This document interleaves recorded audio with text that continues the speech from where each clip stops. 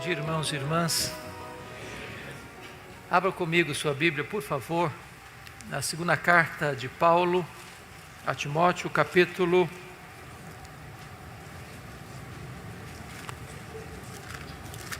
de número 4, versículo 2. 2 Timóteo, capítulo 4, versículo 2.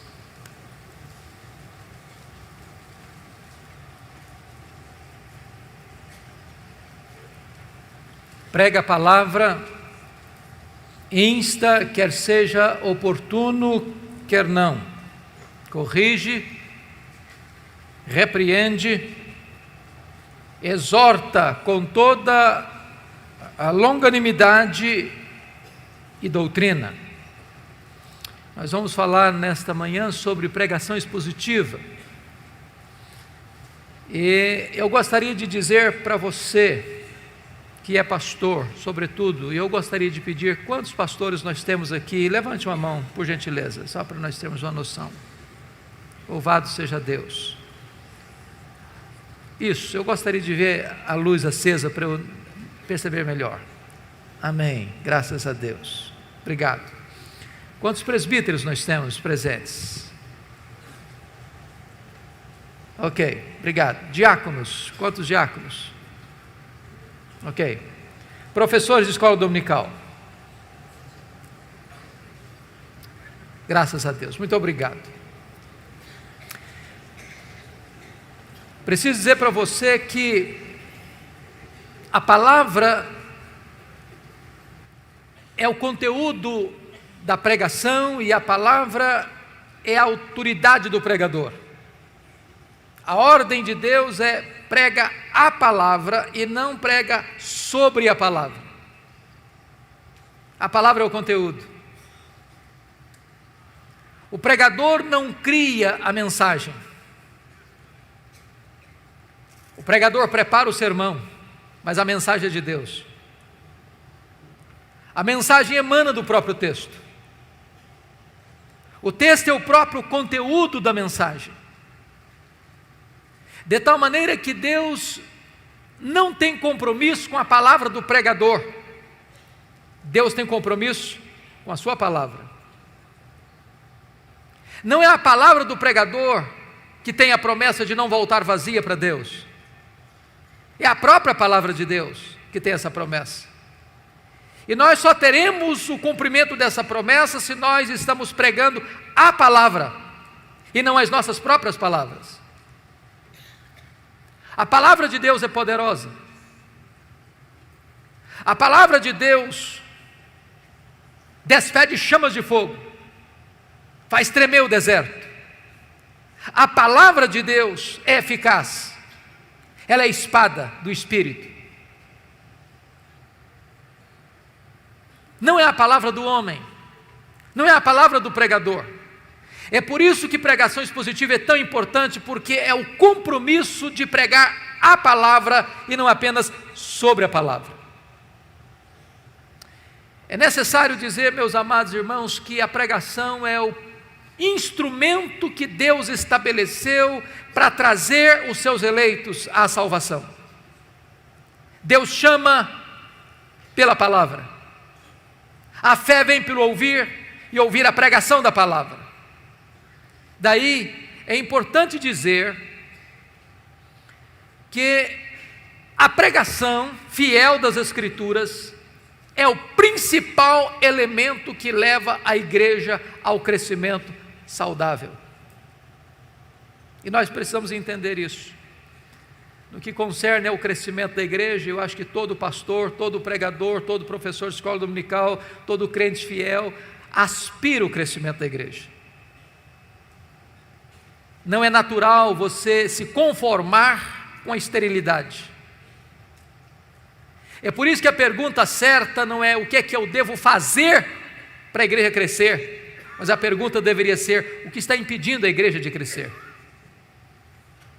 Quando a igreja prega com fidelidade no poder do Espírito Santo de Deus, a igreja cresce. Mas no que concerne ao crescimento da igreja, nós temos que ter dois cuidados, duas precauções muito sérias. O primeiro delas é o que nós poderíamos chamar de numerolatria, a idolatração dos números. Nós estamos vivendo uma situação hoje muito curiosa. A igreja, infelizmente, está importando a filosofia do pragmatismo para a sua agenda. E o pragmatismo foi a filosofia mais conhecida e mais popular do século XX. O que é o pragmatismo? É quando você diz assim: eu não estou interessado na verdade, eu estou interessado naquilo que funciona. Eu não me importo com o conteúdo, eu quero saber quais são os resultados. E aí a igreja evangélica brasileira, muitas vezes, capitulou-se a esse pragmatismo e tem, de certa forma, transformado a igreja num mercado. O consumidor é quem determina o que quer. Eu sou um balcão de serviço. O que você quer? Prosperidade? O que você quer? Saúde? O que você quer? Milagres? O que você quer? Sucesso? Você dá ordem. É o efeito Ibope, você decide o que você quer. Então, de repente, a igreja deixou a verdade, deixou de pregar a verdade e começou a oferecer ao povo o que o povo quer. Mas esse não é o evangelho. Mas esse não é o compromisso da Escritura. Esse não é o papel do pregador. O pregador é chamado a pregar a palavra, a oferecer não o que o povo quer ouvir, mas o que o povo precisa ouvir. Não o que dá Ibope, mas a palavra de Deus. Nosso papel não é arrancar aplausos do auditório, nem receber um tapinha nas costas no final do culto, mas é pregar a verdade, ainda que esta verdade fira o coração das pessoas. Porque o nosso papel é pregar com fidelidade o que Deus diz, não o que nós queremos dizer. Isso é pregação expositiva, e ela produz crescimento saudável, e nós não podemos entrar por esse caminho, de buscar crescimento a qualquer custo, de atrair as pessoas com a outra mensagem mais palatável, mais agradável aos ouvidos, mas sonegando o povo o trigo da verdade, as Escrituras Sagradas. Há um segundo risco, queridos, que nós corremos no que tange ao crescimento da igreja, que é a numerofobia. É o contrário da numerolatria, é o medo dos números. Eu fico muito triste quando escuto algumas pessoas dizendo assim: bom, Deus não se importa com quantidade, Deus se importa com qualidade. A nossa igreja não cresce, mas é fiel. Nós temos 100 membros há 10 anos, mas é gente batuta, gente boa. E eu fico perguntando se existe fidelidade estéril.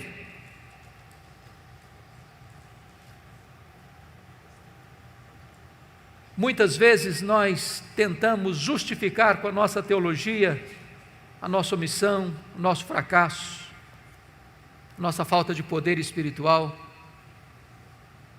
nossa falta de compromisso com a verdade.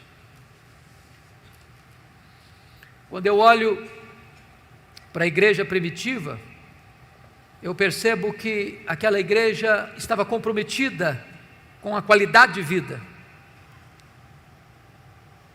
E o resultado disso é que Deus acrescentava todos os dias os que iam sendo salvos. Quando a igreja tem qualidade, Deus dá a ela quantidade. Eu olho, por exemplo, aquela igreja sendo atacada de diversas formas. E pelo menos 3 formas o diabo usou para tentar impedir o avanço da igreja. Primeiro, capítulo 4 de Atos, a perseguição de fora para dentro. Como é que a igreja responde? Com oração e com pregação. Muda-se a tática no capítulo 5, agora não é mais a perseguição, o ataque de fora para dentro, agora é a infiltração. Satanás bota dentro da igreja um casal hipócrita. Como é que a igreja responde? Com discernimento, com oração e com pregação. Agora se muda a tática outra vez no capítulo 6. Agora não é mais a perseguição, não é mais a infiltração, não é mais o ataque de fora para dentro, nem de dentro para fora. Agora é a distração. Os apóstolos estão ocupados demais servindo as mesas. Não que servir as mesas fosse um trabalho indigno, mas estava tirando o foco dos apóstolos da prioridade. E eles param e dizem assim no capítulo 6, versículo 4: quanto a nós, nos consagraremos à oração e ao ministério da palavra. E se você perceber, oração e o ministério da palavra são os dois grandes elementos que levam a igreja a um crescimento saudável. Nós estamos hoje, com as leis do marketing, muitas vezes tentando produzir o crescimento da igreja através de técnicas de crescimento de igreja, usando métodos modernos, buscando recursos da tecnologia humana, ou da metodologia humana.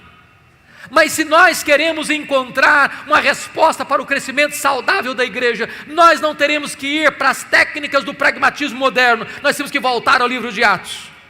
É lá que tem a receita, e a receita para o crescimento saudável da igreja é oração e palavra. Esse assunto é um assunto tão relevante, queridos, que no ano de 1930, um missionário chamado Donald McBrevin, um americano que estava trabalhando na missão na Índia, foi inquietado por uma pergunta: por que algumas igrejas crescem e outras não? E para responder essa pergunta, ele deixou o seu trabalho administrativo e percorreu vários países e continentes, fazendo essa mesma pergunta, examinando tantas igrejas. Por que algumas igrejas crescem e outras não? Este homem visionário chegou ao ponto de criar um instituto de crescimento de igreja em Oregon, nos Estados Unidos. E ele é tão apaixonado pelo tema que ele começou o instituto com apenas um aluno. E esse aluno nem americano era um boliviano. Mais tarde, 1965, o seminário de Fuller, na Califórnia, convidou-o para vir e abriu ali o que nós chamamos de um Instituto de Crescimento de Igreja. E Donald McBrevin foi um homem tão importante na sua época que ele foi considerado o mais importante missiólogo do século XX. Até porque a igreja naquele tempo estava enfrentando dois graves problemas: liberalismo de um lado e o seu filho legítimo, que é ecumenismo. A igreja estava sendo devastada por essas duas frentes. Porém, com o tempo, o movimento de crescimento de igreja perdeu o seu rumo.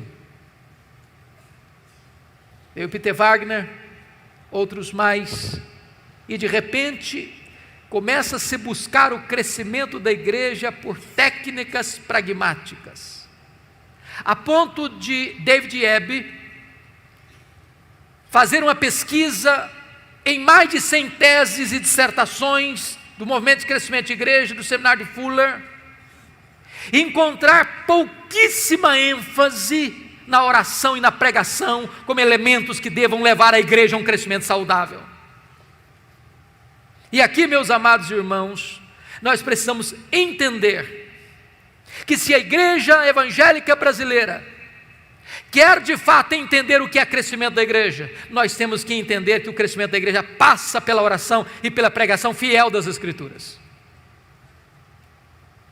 Tom Rainer fez uma das mais exaustivas pesquisas sobre crescimento de igreja nos Estados Unidos, com 576 igrejas batistas da Convenção do Sul, talvez a mais detalhada e exaustiva pesquisa sobre o assunto, e ele chegou a uma conclusão magnífica: que de igrejas entre 100 membros a 10 mil membros, na pesquisa, o que foi identificado é que o que levou essas igrejas a um crescimento saudável foi pregação e oração. O IBGE aponta um crescimento expressivo da igreja evangélica brasileira. Já somos cerca de mais de 50 milhões de evangélicos em nosso país. Somos 30% da população dessa nação. Esse fenômeno é admirado no mundo inteiro. Quando a igreja evangélica recua na Europa e na América do Norte, a igreja evangélica avança no Brasil. A pergunta é: que igreja? Que evangelho? E eu tenho minhas dúvidas se de fato é o evangelho de Jesus que está crescendo, se é a igreja evangélica que está explodindo no Brasil.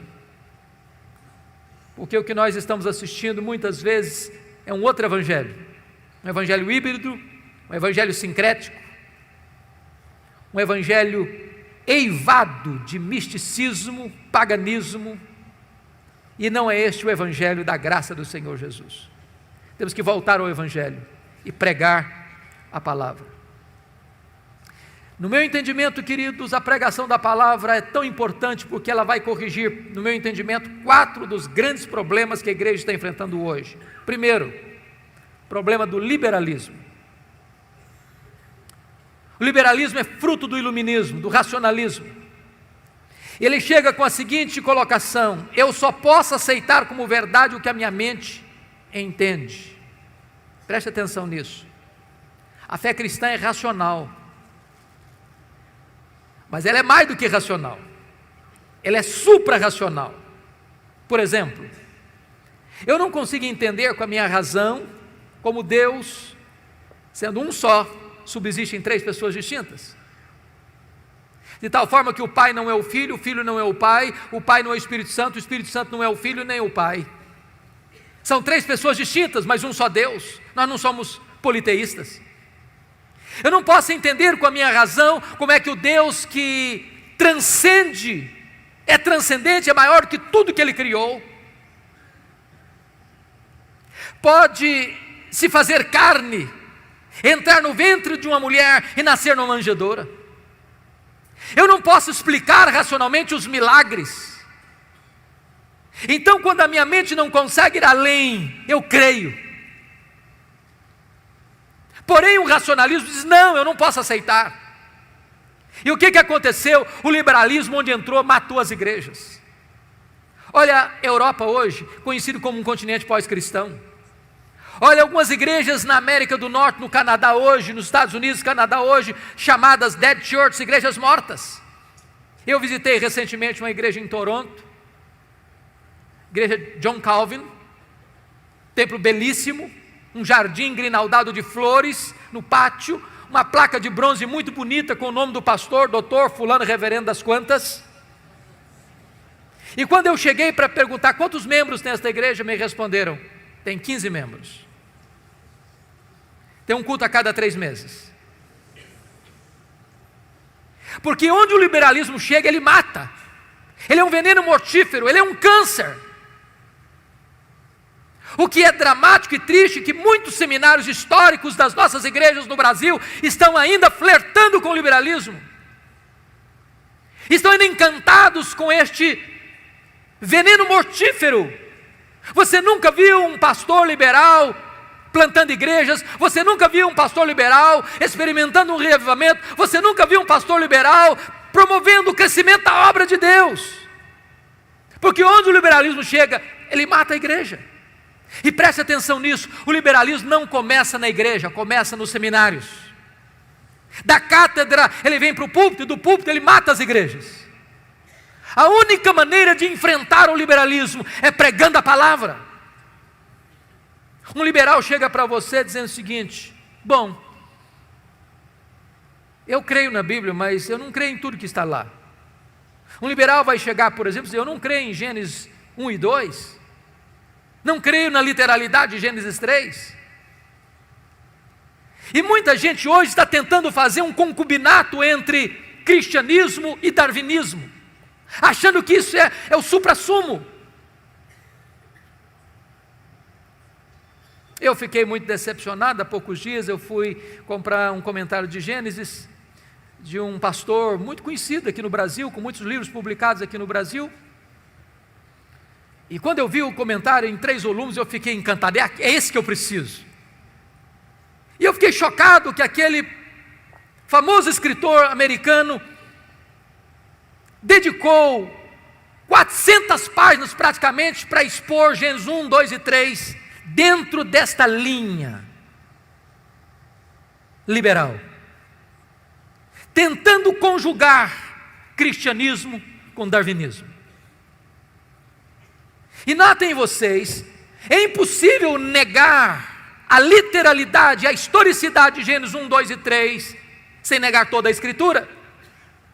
Porque a criação não está registrada apenas em Gênesis 1, 2 e 3, em todos os livros da lei, em todos os livros históricos, em todos os livros poéticos, em todos os livros proféticos, nos evangelhos, no livro de Atos, nas epístolas e no livro de Apocalipse. Nós teríamos que desconstruir toda a verdade de Deus para abraçarmos o liberalismo. É por isso que um liberal jamais será um pregador expositivo, porque não tem compromisso com a veracidade, com a inerrância, com a infalibilidade das Escrituras. Segundo lugar, a pregação expositiva corrige o problema grave que assola a igreja brasileira, que é o sincretismo religioso. De onde viemos? Qual é o nosso pano de fundo? Pagelança indígena, catolicismo português, espiritismo kardecista da França, cultos afros brasileiros. Agora nota o que está acontecendo hoje. Muitas igrejas hoje não fazem mais uma peregrinação a Juazeiro do Norte, nem a Aparecida do Norte, mas usam a rosa ungida, um copo d'água em cima do rádio, sal grosso. O que nós fizemos? Simplesmente mudamos o rótulo, mas o conteúdo é o mesmo. Se a igreja evangélica brasileira não se voltar para as Escrituras, ela corre o risco de entrar por esses caminhos. E aí nós fazemos 7 sextas-feiras especiais, não pode ser 5 nem 6, tem que ser 7. E aí nós botamos uma placa na porta, uma faixa, terça-feira dos milagres, e se Deus não fizer, está encrencado, porque nós já agendamos para fazer. E nós criamos técnicas e mecanismos para atrair as pessoas, mas sonegando a elas a verdade de Deus. O papel do pregador é pregar a palavra. Meus amados irmãos, se nós não crermos na suficiência da Escritura, nós vamos ter que ser muito criativos. Sabe por quê? Porque se você criar novidades, isso passa, isso é igual chiclete. Você começa depois a mastigar borracha, aí você tem que criar outra, e outra, e outra, e outra, e outra. Prega a palavra. Essa palavra é viva, essa palavra é atual, essa palavra é poderosa, essa palavra é suficiente. Prega a palavra, é a ordem de Deus. Mas há um terceiro aspecto que eu acho que a pregação expositiva corrige, queridos, que é o problema da ortodoxia morta. E eu estou me dirigindo talvez a um grupo grande de crentes históricos nesse país. E talvez esse seja o nosso maior problema. Talvez a maioria de nós aqui não pregue heresia.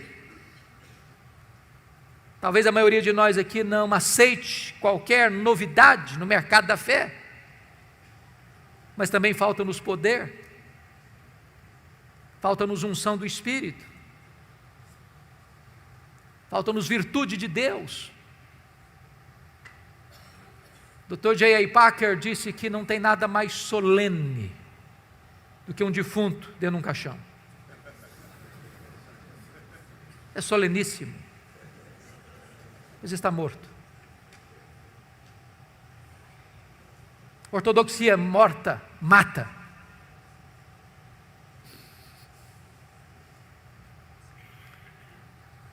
Quando Eliseu mandou Geazi botar o bordão profético no rosto do menino morto, diz a Bíblia que o menino continuou morto. O problema não era o bordão, o problema é quem carregava o bordão. A mulher de Sarepta disse para Elias: agora eu sei que a palavra de Deus na tua boca é verdade. Isso me faz tremer, porque a pergunta é: meu Deus, então será que a tua palavra na minha boca pode não ser verdade? Porque uma coisa é proferir a palavra de Deus, outra coisa é ser boca de Deus. Eu tenho que concordar com Ian Bounds, um metodista piedoso do século XIX, quando ele disse que nós estamos à procura de melhores métodos e Deus está à procura de melhores homens. Deus não unge métodos, Deus unge homens. Homens mortos tiram de si sermões mortos, e sermões mortos matam. Nós dependemos do Espírito Santo, queridos. Essa palavra tem que ser pregada com fidelidade, mas na virtude, no poder do Espírito Santo de Deus. Perguntaram certa feita para Dwight Lyman Moody: Moody, qual é o maior problema da obra? Moody respondeu: o maior problema da obra são os obreiros. Talvez você e eu sejamos o maior problema da igreja. Se o púlpito pegar fogo, os bancos também pegarão. Se o pastor for um graveto seco a pegar fogo, lenha verde vai começar a arder. Não basta apenas pregar, é preciso pregar como Paulo disse, no poder do Espírito, em profunda convicção. Mas eu penso, amados irmãos, que a pregação expositiva vai corrigir um outro aspecto sério hoje, que é a superficialidade. Muitos pregadores estão dando uma sopa rala para o povo.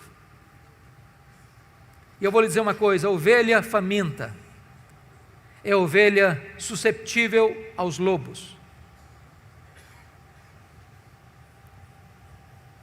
As heresias entram porque muitas vezes nós, pastores, não temos dado ao povo o alimento sólido da palavra de Deus. É triste como tantos pregadores hoje não se preparam para pregar. E eu entendo o que Paulo disse na sua carta a Timóteo, que são dignos de redobrados honorários aqueles que se afadigam na palavra. É trabalho árduo, pesado. E aqui é um fato curioso, é que a maioria dos nossos membros parece que não entende que quando o pastor está estudando, ele está trabalhando. Talvez a ideia popular é que o bom pastor é aquele que toma 10 cafezinhos todo dia na casa de muita gente. E chega no domingo e prega qualquer coisa.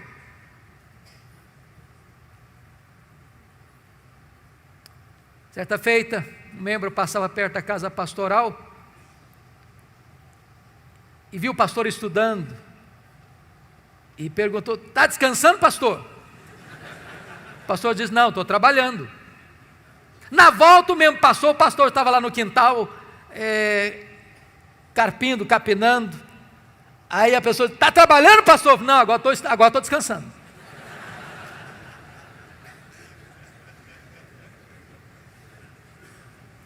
Se nós quisermos pregar expositivamente, nós teremos que estudar.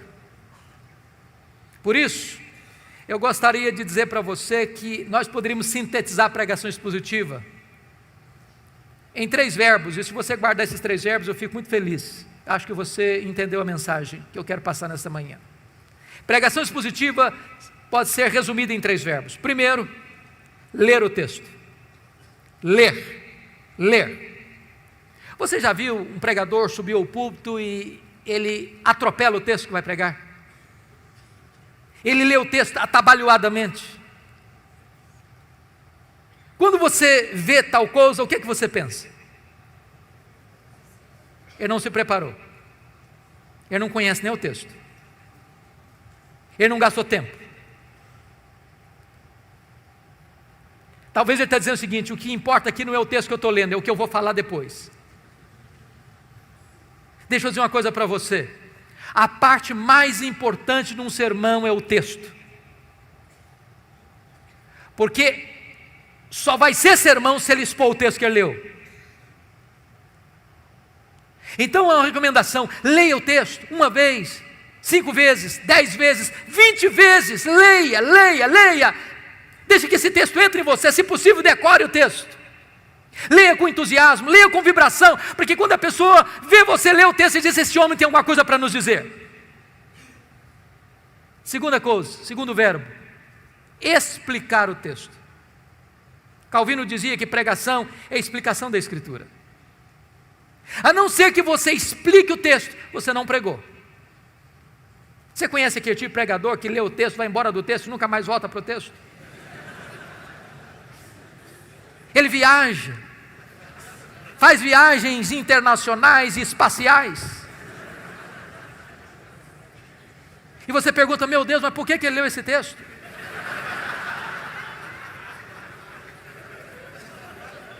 Você conhece aquele tipo de pregador que diz assim, eu já tenho o sermão, só preciso encontrar um texto agora? O sermão emana do texto. O sermão é a explicação do texto. E por isso nós temos uma palavra técnica que os pastores conhecem, que é exegese. Exegese vem de um prefixo ex, que significa tirar do texto o que está no texto. Cave o texto, descubra o texto, veja o que está lá. E às vezes nós não encontramos essas pepitas de ouro na superfície, é preciso cavar. Esse é o papel do pregador. Ir para o texto, perguntar ao texto, mergulhar no texto, descobrir as riquezas do texto, trazer isso à tona. Sabe, irmãos, quando uma igreja se acostuma com pregação expositiva, ela não quer mastigar palha mais. Depois que ela descobre a riqueza da Escritura, ela não tolera mais escutar sermão que não seja focado na Escritura, que exponha a Escritura. O contrário de exegese é exegese. Exegese tem o prefixo eis, significa colocar lá, o que não está lá. Tem muito pregador que vai para o púlpito com as suas ideias, e ele tenta impor ao texto o que ele pensa, o que ele acha. Ele já tem uma ideia preconcebida, mas isso não é pregação. Pregação é quando você vai para a Escritura e deixa que a Escritura fale, você é apenas o canal, você é apenas o instrumento. O terceiro verbo, importante pregação expositiva, primeiro é ler o texto, segundo é explicar o texto, o terceiro é aplicar o texto. Dr. John Stott escreveu um livro importantíssimo, que penso ainda não está em português, Entre Dois Mundos, e ele disse que pregação é a união desses dois mundos, o texto antigo com o ouvinte contemporâneo. Se você não conectar o texto ao ouvinte, você não pregou. Pregação não é um discurso diante do auditório. Pregação é uma palavra ao auditório. A pessoa precisa entender, é com você que eu estou falando.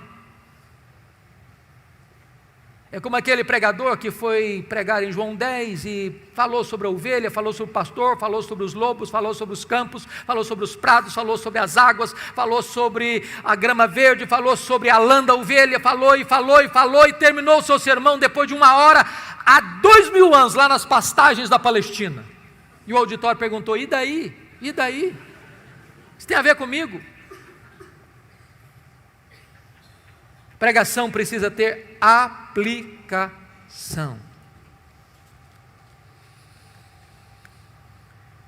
E aqui é importante uma coisa: se você não interpretar corretamente o texto, você pode ser herético na aplicação. Você pode proibir em nome de Deus o que Deus não está proibindo. Você pode fazer promessas em nome de Deus que Deus não está fazendo. Você se torna um falso profeta, um falso mestre, um falso pregador. Haddon Robson escreveu um livro importantíssimo e ele trabalha sobre esse assunto, falando da heresia da aplicação. Quando o pregador não interpreta o texto, ele se torna herético na hora de aplicar o texto. Há pouco tempo eu estava vindo de Governador Valadares, fui pregar lá um dia à noite, retornando para Vitória, já por volta das 3 horas da madrugada, com muito sono, quase chegando em Vitória, eu disse, meu Deus, eu não aguento o sono. E aí eu liguei o rádio para ver se eu me desparecia um pouco. E um pregador pregava animadamente sobre Sansão, e eu fiquei ligado nele para tentar não ficar desligado do volante. E lá pelas tantas ele disse o seguinte, se você tem que enfrentar os seus leões, como Sansão enfrentou o leão. Eu disse, eu também tenho que enfrentar o meu leão. E ele disse, se você vencer o seu leão e matar o seu leão, você tem a recompensa, você pode chupar o mel da sua caveira. Aí eu pensei, meu Deus, ele não entendeu o texto.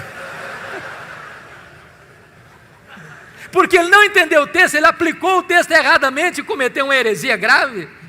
Porque o mel da caveira do leão para Sansão não foi recompensa, foi uma quebra de um pacto que ele tinha feito com Deus, de nazereado. Ele não podia tocar em defunto, ele não podia tocar em cadáver. Se nós não entendermos a Escritura, nós vamos correr o risco de aplicar de forma herética. Mas talvez você pergunte assim: pastor, quais são as razões por que hoje poucos pregadores pregam expositivamente? Eu vou lhes dar algumas razões. Primeiro, penso eu que muitos seminários ainda não estão comprometidos com o ensino aos seus alunos sobre pregação expositiva. Eu fiz seminário há 30 anos e na minha época não se aceitava pregação expositiva. Quando um pregador, quando um aluno tentava fazer um sermão expositivo no púlpito, ele era criticado. Talvez porque não entendêssemos bem o que era pregação expositiva naquela época. Mas é triste como se dá pouca ênfase à questão da pregação ainda nos currículos dos seminários. Somos mais treinados a defender a Bíblia do que pregar a Bíblia, como se a Bíblia precisasse da nossa defesa. Olhe os currículos. Se a maior tarefa do pastor é pregar a palavra, isso deveria refletir no currículo dos seminários. Passamos sobre esse assunto como o gato passa em cima de brasa. Segunda razão por que poucos pregadores pregam expositivamente é porque muitos pastores têm uma biblioteca sofrível. Sofrível. Eu tenho visitado muitos pastores, colegas, e uma das coisas que eu gosto de fazer é visitar a biblioteca do pastor. E tem hora que eu fico chocado, porque eu vejo alguns poucos livros já amarelos de tanto tempo, empoeirados, e eu penso assim: ou esse colega é um fenômeno, ou ele está dando uma sopa rala para o povo. Queridos irmãos, é impossível pregar expositivamente sem estudar seriamente. Impossível, impossível. Deixa eu dizer uma coisa para você: se você é pastor e não gosta de ler, dá uma checada na sua vocação.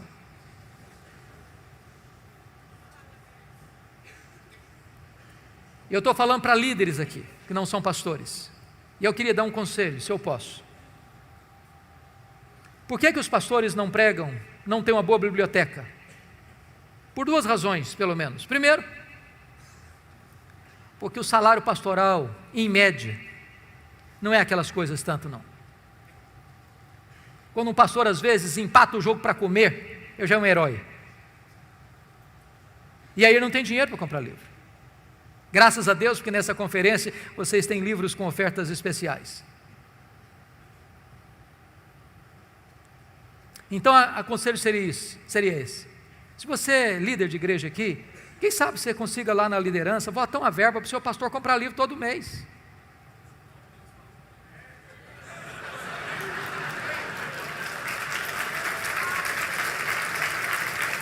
O maior investimento que a igreja pode fazer na igreja é investir no pastor da igreja. Agora, se o sermão não melhorar, corta a verba também.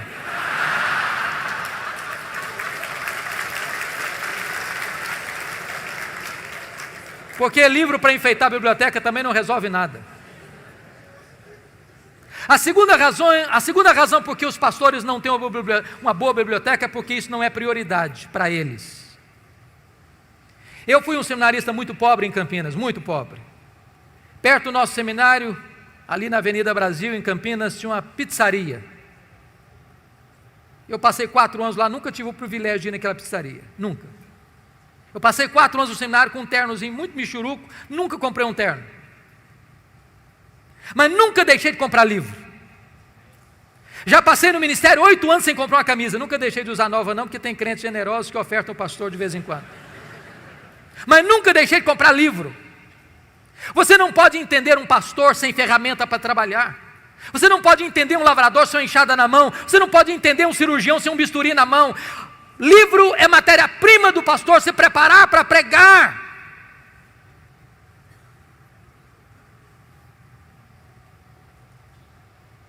Outra razão que eu penso que os pastores não estão pregando expositivamente hoje é porque nós estamos lidando com a terrível tensão entre pregação e liturgia nas igrejas.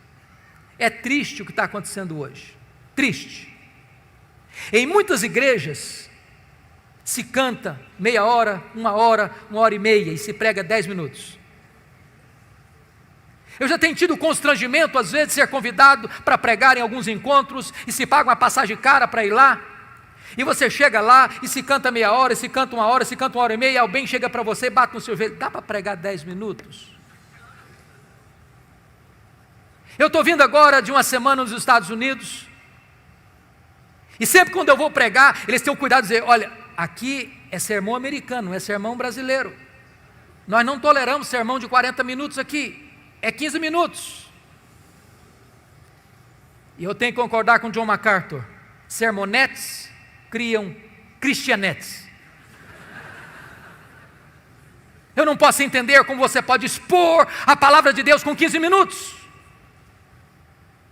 E é uma falácia você dizer o seguinte, não, hoje com a televisão, com a internet, com isso, com aquilo, o homem moderno não consegue ouvir um sermão de 40 minutos. Consegue sim. Se você se preparar, se você orar, se você se levantar no poder do Espírito Santo de Deus, o povo vai querer mais e mais e mais.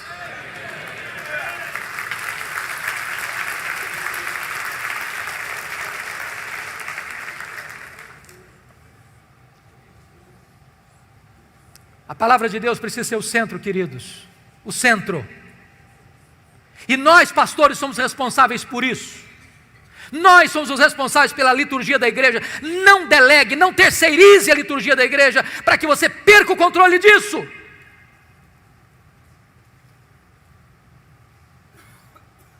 Estamos perdendo a centralidade das Escrituras, por isso deixamos de pregar expositivamente. Precisamos voltar às Escrituras, à centralidade das Escrituras. Mas eu vou lhe dizer quais são as vantagens de se pregar expositivamente falando. Quais são as vantagens? Primeiro, queridos, a grande vantagem da pregação expositiva é que você não tenha o desejo de ser popular, mas você tem um compromisso de ser fiel. O centro da pregação é esse, assim diz o Senhor. É a palavra de Deus, é a autoridade da palavra de Deus, é voz de Deus.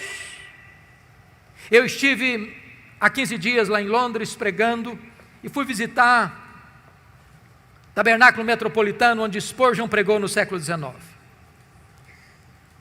E eu peguei um de seus livros, lá na livraria da igreja, e chamou minha atenção um fato, eu já sabia disso há tantas vezes, já tinha lido tantas vezes, mas acendeu novamente ao meu coração essa verdade. Quando Spurgeon se levantava para pregar, ele tinha o seguinte entendimento: quando o povo escuta a pregação fiel da Escritura, não é a um pregador que o povo está ouvindo, é ao próprio Deus que o povo está ouvindo. É a palavra do Deus vivo que o povo está ouvindo, e nós precisamos criar esse entendimento, amados. Se o pregador é fiel, e se ele se levanta para expor a palavra de Deus, o povo está ouvindo a palavra do Deus vivo, e não a palavra de um pregador apenas. Este é o fato empolgante da pregação expositiva. Segundo aspecto, é que quando você prega expositivamente, você economiza um grande tempo. Talvez você que é pregador aqui, tem que pregar toda semana, às vezes 2, 3 vezes na semana, você sabe disso, não é fácil decidir o que pregar. É por isso que 90% dos pastores têm que tomar omeprazol. Eles ficam angustiados, meu Deus, o que é que eu vou pregar? Chega na segunda-feira, ele está pensando, o que eu vou pregar domingo, o que eu vou pregar domingo, o que eu vou pregar domingo. Chega na terça-feira, ele está folheando algum livro. Chega na quarta-feira, ele está dando uma olhada em algum livro de esboço de sermão. Chega na quinta, ele está desesperado, olhando na internet. Chega na sexta, ele já está com angústia na alma. Quando chega no sábado, ele já está suando frio. Quando chega no domingo, ele prega qualquer coisa.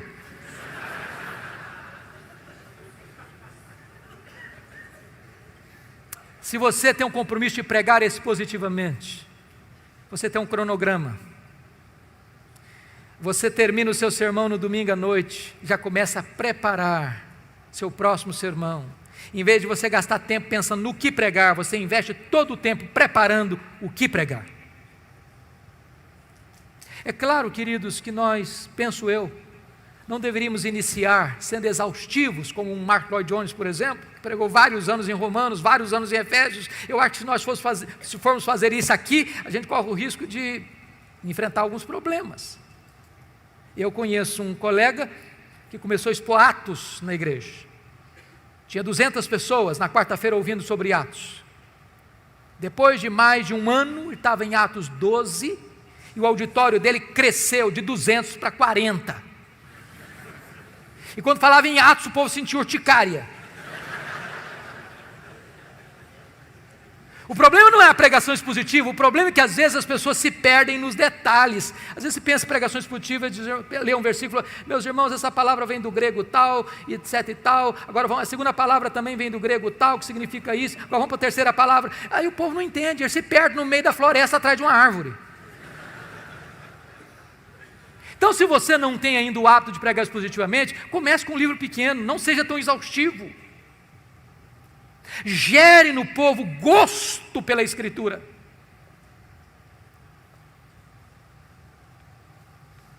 Outra coisa importante, se você está pregando expositivamente, você vai evitar milindres. Se você está numa congregação pequena, por exemplo, imagine isso.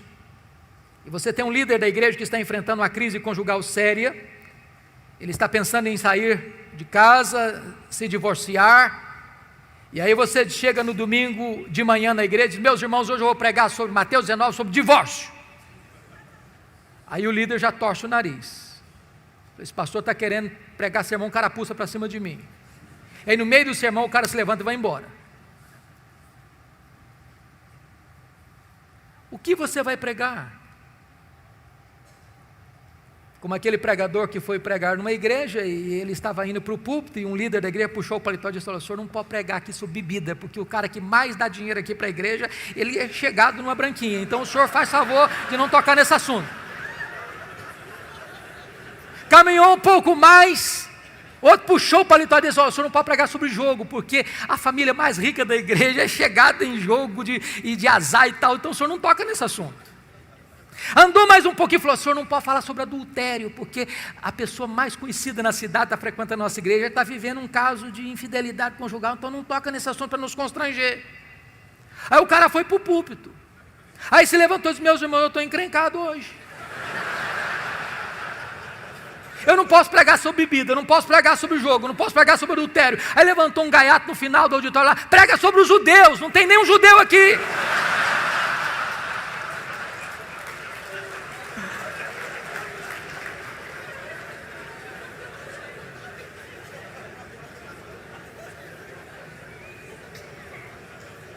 Quando você prega expositivamente, não corre esse risco. Imagine que você expôs na sua igreja, no domingo passado, Mateus 18. O que o povo espera que você pregue no domingo seguinte? Mateus 19. Se tem alguém enfrentando crise conjugal, é Mateus 19. Eu não vou pular o capítulo 19. Evita milindres, constrangimentos, de alguém pensar que você está pregando sermão carapuz. Mas, amados irmãos, eu preciso dizer uma coisa para vocês, tudo isso é tão importante, mas nada disso vai funcionar se você não colocar sua vida, seu coração dentro desse trabalho. A vida do pregador é a vida do seu ministério. É necessário entender isso.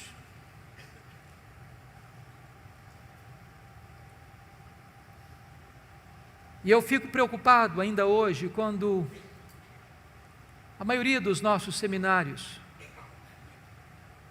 cuidam mais da cultura da cabeça do que da cultura do coração. É triste admitir isso, mas é um fato. Muita gente que vai para o seminário com o coração quente, sai de lá com o coração gelado.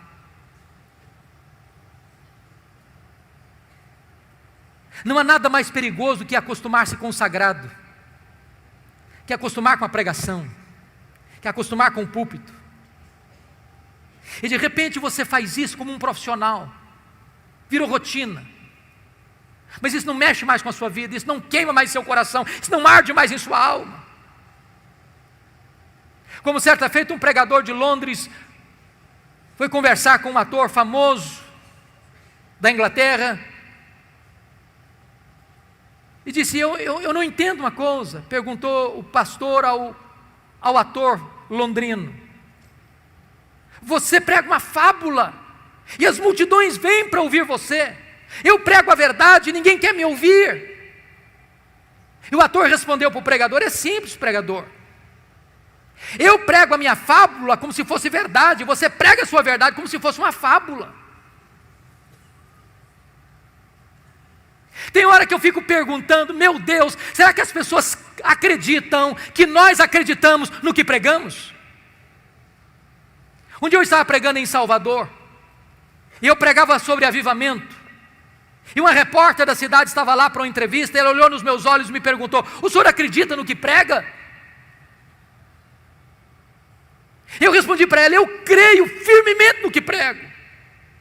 Mas a pergunta é curiosa e emblemática: será que as pessoas acreditam que nós acreditamos no que pregamos? Um dia, no século XVIII, alguém viu David Hume, o patrono dos agnósticos, correndo em Londres. E a pessoa perguntou: David Hume, o que você está fazendo aí correndo? Ele disse: eu estou indo ouvir George Whitefield pregar. Aí a pessoa ficou curiosa: mas você não acredita no que ele prega? Acredita? Ele diz: não, eu não acredito no que ele prega não, mas ele acredita no que prega.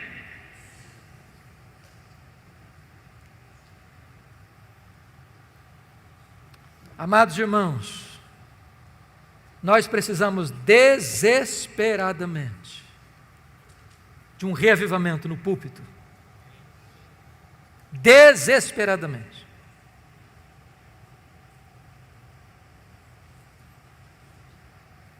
João Wesley dizia para os seus alunos: meus filhos, ponham fogo no seu sermão, ou ponham o seu sermão no fogo.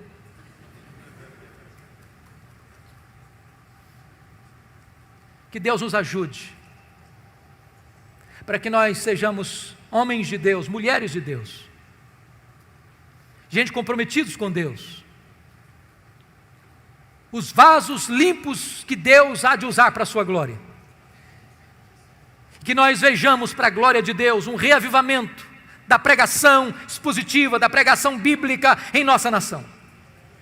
E eu estou seguro disso, irmãos: se a igreja brasileira voltar-se para a palavra, voltar-se para a pregação expositiva e pregá-la com fidelidade no poder do Espírito Santo de Deus, sim, nós teremos um crescimento saudável da igreja, para a glória de Deus, em nome de Jesus.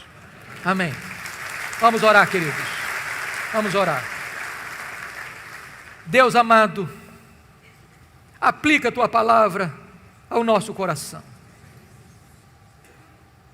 Esta palavra é um tesouro tão precioso.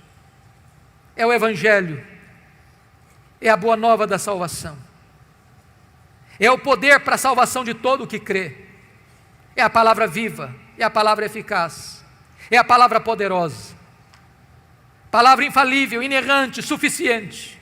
Oh Deus, desperta o nosso coração para amar a tua palavra,